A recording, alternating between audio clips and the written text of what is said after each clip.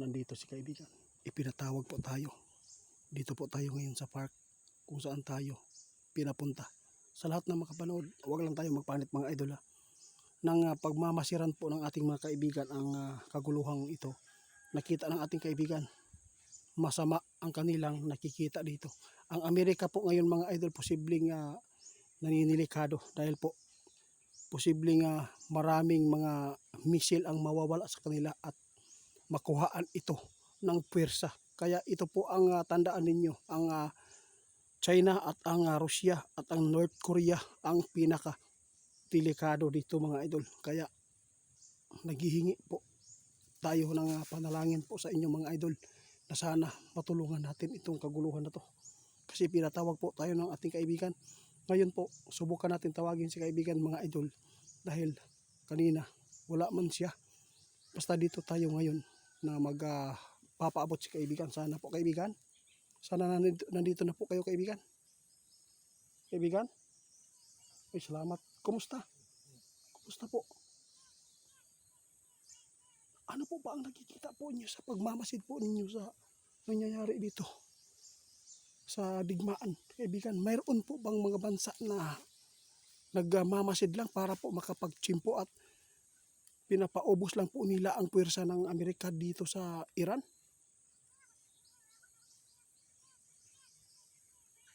Na, mga idol, posibleng naninilikado ang Amerika dito mga idol. Dahil po, sinabi ng ating kaibigan, posible si Putin mga idol ang mananaig dito.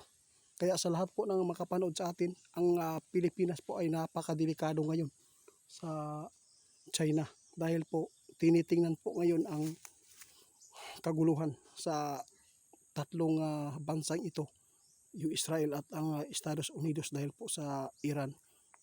Sobrang napakalaki ang nawala po sa United States po mga idol, yung paradigma nila. Kaya ito po ang nakakilabot po. Paano na ang Pilipinas kung atakihin po ng China, pagkatapos atakihin po ang Amerika ng ni Putin at saka si North Korea na si yung mataba na presidente po na Jomong, iwan ko lang ano po, basta yun po ang tawag ko sa kanya.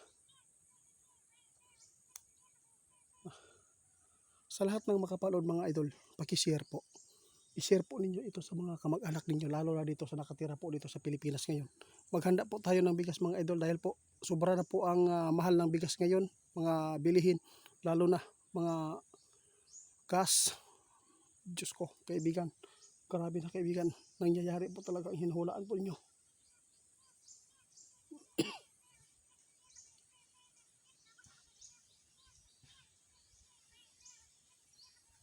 Sige, salamat. Sabi ng ating kaibigan mga idol, sa ngayon nakikita ng ating kaibigan na mas tumagal pa itong kaguluhan. Kaya sana po ang Amerika hindi po magpapaubos ng kanilang lakas po doon sa Iran. Dahil po napakadelikado po ang kanilang kalagayan ngayon dahil inulaan na po ni kaibigan dito na pagtulungan po. At dito po talagang mananaig po talaga ang Russia dito mga idol, kung sakali man sila po ang lulusob sa Amerika. Alam po ninyo, matirang matibay po dito ngayon mga idol. Ang sinabi ng ating kaibigan, nais lang po niya na makatulong sa atin, na maghanda tayo at mananim po tayo ng kamuting kahoy. Hindi pa huli po ang lahat kasi 3 months pwede na po tayo makakuha ng pagkain po sa kamuting kahoy. Kasi hindi pa natin alam po ngayon, ang nakikita ng ating kaibigan, mas lalala pa ito dahil po mayroon silang nakikita ang bansa na tutulong po dito. Kasi may pinaplanuhan pa pala si Trump na mayroon pang lulusubin pagkatapos sa Iran. Ano po ba ang nangyayari dito?